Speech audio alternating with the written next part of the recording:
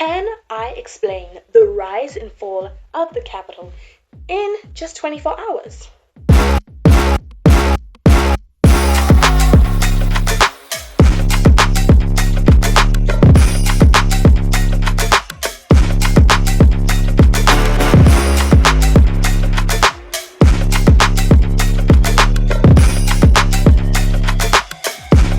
The capital is the wealthiest city in Panem, but its wealth was built on a dark and brutal past. Today, we're uncovering how it rose to power, how it controlled the districts, and the events that led to the Dark Days and the Second Rebellion in the Hunger Games universe. In the Hunger Games trilogy, North America was devastated by environmental disasters, droughts, violent storms, raging fires, and rising seas that swallowed much of the land.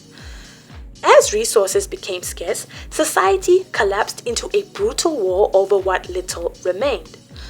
From the ashes of this chaos, a new nation emerged, Panem. Panem was divided into 13 districts, all ruled by a central city, the capital. The capital unified the districts under its rule and established a political system that concentrated all power in its hands. The capital's wealth comes directly from its control over the districts. Each district was forced to specialize in producing specific goods, such as food, coal, or technology. But they were required to send most of what they produced to the capital. This system made the capital extremely rich, while the districts were left struggling to survive.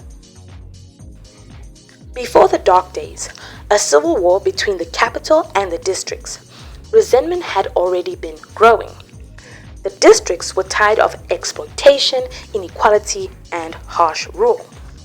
Eventually, this tension exploded into rebellion, but the districts lost. After their defeat, they were forced to sign the Treaty of Treason, a peace agreement that didn't just end the war, but permanently enforced their oppression. The treaty imposed strict production quotas, leaving districts with barely enough to survive. This ensured that no district would ever become powerful enough to challenge the capital again. But ironically, these harsh conditions planted the seeds for future rebellion. Life under the capital.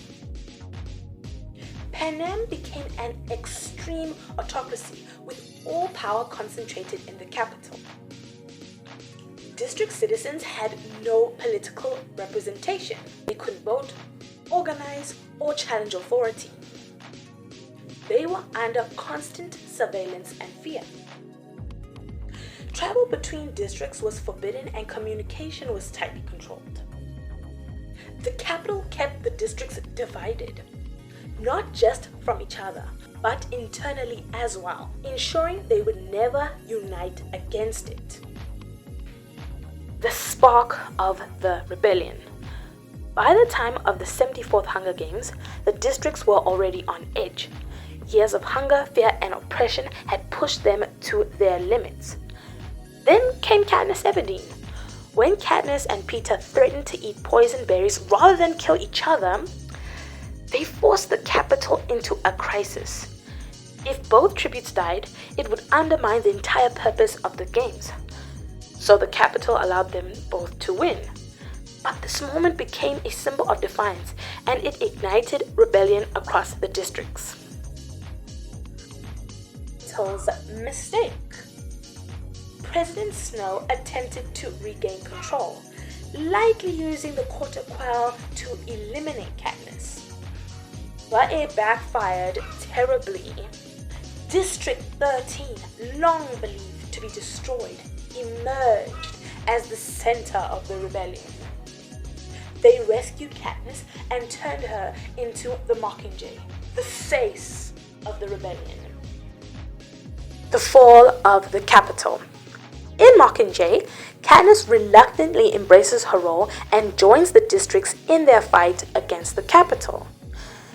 As the rebellion reaches the capital, Katniss discovers a disturbing truth. McCoy, the leader of District 13, intends to take power for herself and sees Katniss as a threat. In the end, President Snow is overthrown, but instead of allowing another tyrant to rise, Katniss kills Coin. With both Snow and Coin gone, Panem is transformed into a constitutional republic, ending the capital's reign of oppression. The capital's rise was built on control, fear, and exploitation. And its fall proves one thing. No system built on oppression can last forever. The question in today's comments is, how long do you believe dystopian governments can last in dystopian fiction? With the Hunger Games, it's a perfect example that the capital was not going to last forever. At some point, people get fed up. At some point, people want to overthrow their current government. So I believe that they cannot last forever, because no one can endure such brutality and oppression for centuries. People will eventually stand up and say, you know what, it's time for you to go, we need some democracy. I hope you enjoyed this video. Please subscribe to my channel and hit that notification bell so that you get a notification every time I upload a brand new video. Bye!